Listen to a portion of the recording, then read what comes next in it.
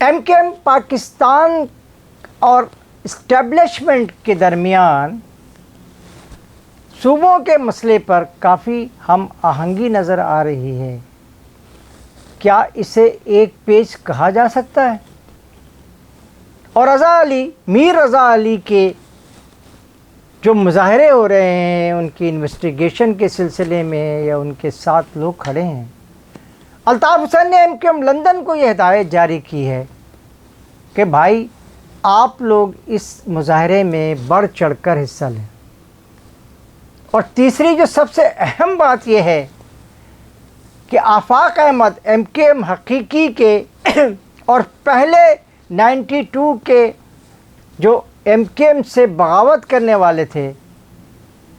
وہ اب الطاف کی تعریفیں کر رہے ہیں. اور یہ کیا سلسلہ ہے یہ میں آپ کو آگے چل کے بتاتا ہوں. لیکن میرے ایم کیو ایم کے دوستوں سے اور ساتھیوں سے اور تمام لوگوں سے بھی یہ گزارش ہے، اور یوٹیوب سے بھی، کہ ہماری اس چینل کو آپ وائرل بھی کر رہے ہیں بہت اچھی طرح سے، مزید بھی کریں گے تو ہم آپ کے شکر گزار ہوں گے. اور سب سے اہم بات جو یہ ہے وہ یہ ہے کہ اس وقت جو ہمارے دوستوں نے ہمیں، یہ صحافیوں نے ہمیں کہا کہ یہ جو آپ 1 منٹ کا جو ہے وہ جو صحافیوں کے بارے میں اپنے ویلاگ میں ڈالتے ہیں، اسے ڈالتے رہیں تاکہ پتہ چلے کہ صحافیوں پہ کہاں کہاں کیا مظالم ہو رہے ہیں. اور اس سلسلے میں آپ کو میں بھی بتاتا چلوں کہ ہمیں اس سلسلے میں جہاں جہاں لوگوں کے مظالم ہو رہے ہیں اس کی رپورٹیں بھی آنی شروع ہو گئی ہیں، اور انشاءاللہ تعالی ہر پروگرام میں اس میں ڈالا جائے گا. لیکن آج سب سے پہلے یہ بتاتا چلوں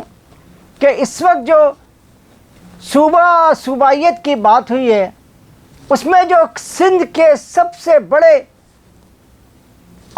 حمایتی ہیں اور جو ہے آپ کے یہ جو صوبہ ہے، صوبہ سندھ کی تقسیم کے خلاف ہیں مکسی صاحب،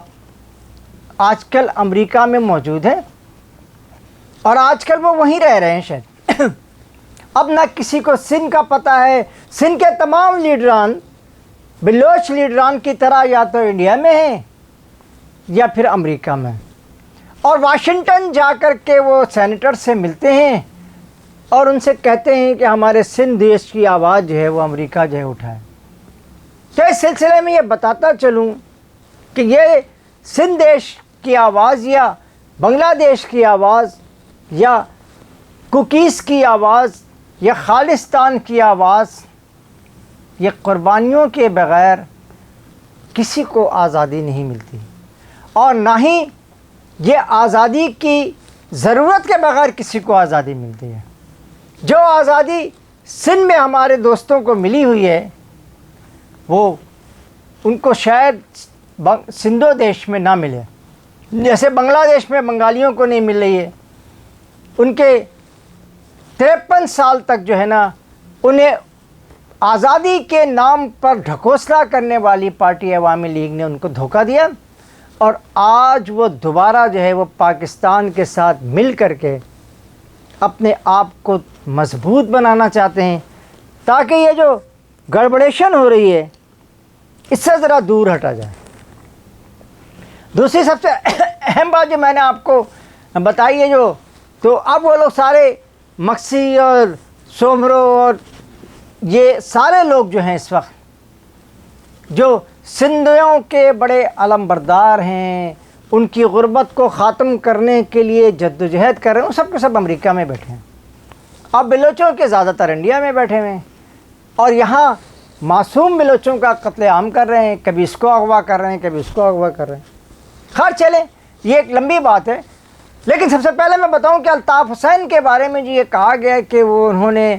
2 چیزیں بہت اہم کی. سب سے پہلی بات تو انہوں نے کہا کہ یہ میر رضا علی کی جو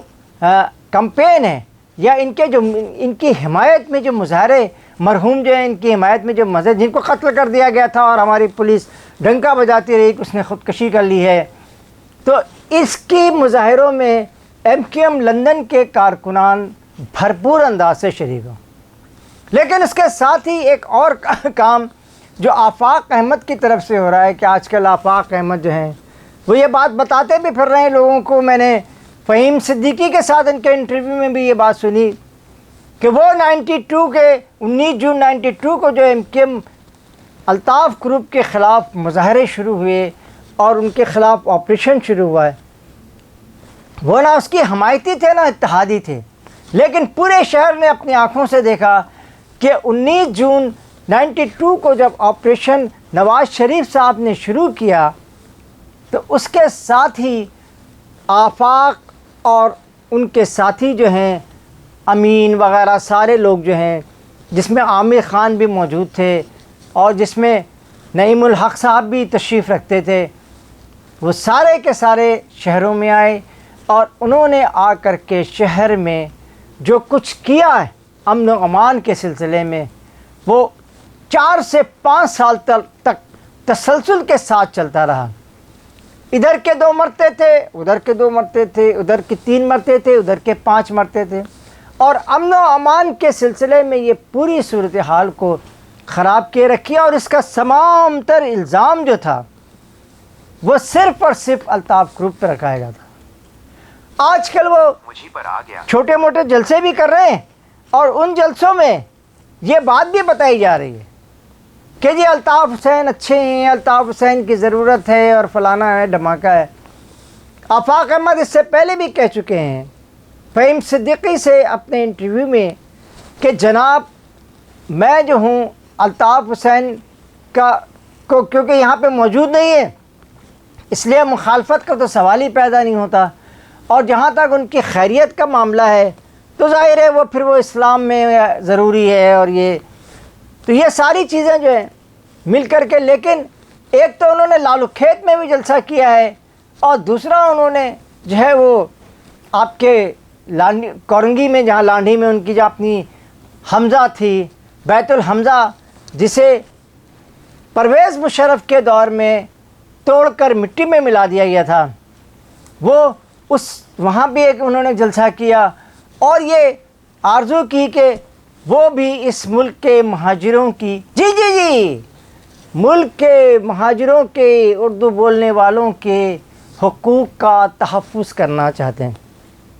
بھلا یہ جو لوگ 92 سے 4 سے 5 سال تک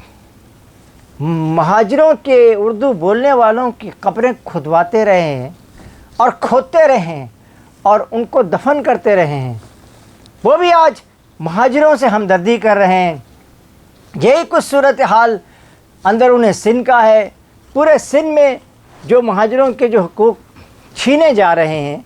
اس میں ایک سب سے اہم بات جو یہ آ رہی ہے کہ اس میں پاکستان پیپلز پارٹی کی بھی شمولیت کسی نہ کسی طرح سے ہے. اب جو صورتحال میں نے آپ کو بتائی کہ اس ایک پیج پر ہیں، اور دوسری جو سب سے آفاق احمد جو ہیں وہ بڑی کوششوں میں لگے ہوئے ہیں، بہت کوششوں میں مصروف ہیں کہ انہیں کسی نہ کسی طور سے M Q M Altaf Hussain کی حمایت حاصل ہو جائے. لیکن ایک بات جو میں آپ سے بتانا چاہتا ہوں، اس وقت M Q M Altaf group کے الطاف حسین کے سوا جو ہے وہ کوئی بھی ایسا نہیں ہے، اور کسی نہ کسی طرح سے اگر کوئی لپیٹ سکتے ہیں تو وہ آفاق احمد لپیٹ سکتے ہیں. لیکن سوال یہی ہے کہ الطاف حسین کیا ایم کیو ایم کی پہلی بغاوت کے سربراہ اور 92 کے آپریشن جو ایم کیو ایم لندن کے خلاف کیا گیا، ایم کیو ایم لندن کے خلاف جو ان کے کمانڈر ان چیف تھے، گلیوں میں محلوں میں جو ایم کیو ایم کو ختم کرنے کے لیے اور اس کی جگہ ایم کیو ایم حقیقی کے جھنڈے کو لگانے کے لیے کام کیا، کیا الطاف حسین آج ان کی ساتھ کھڑے ہوں گے، ان کا بھی ساتھ دیں گے؟ اس کے ساتھ ہی قاضی جاوید آپ سے اجازت چاہتا ہے. اللہ نگہبان. السلام علیکم. امید ہے کہ آپ لوگ اپنے حقوق ضرور حاصل کریں گے.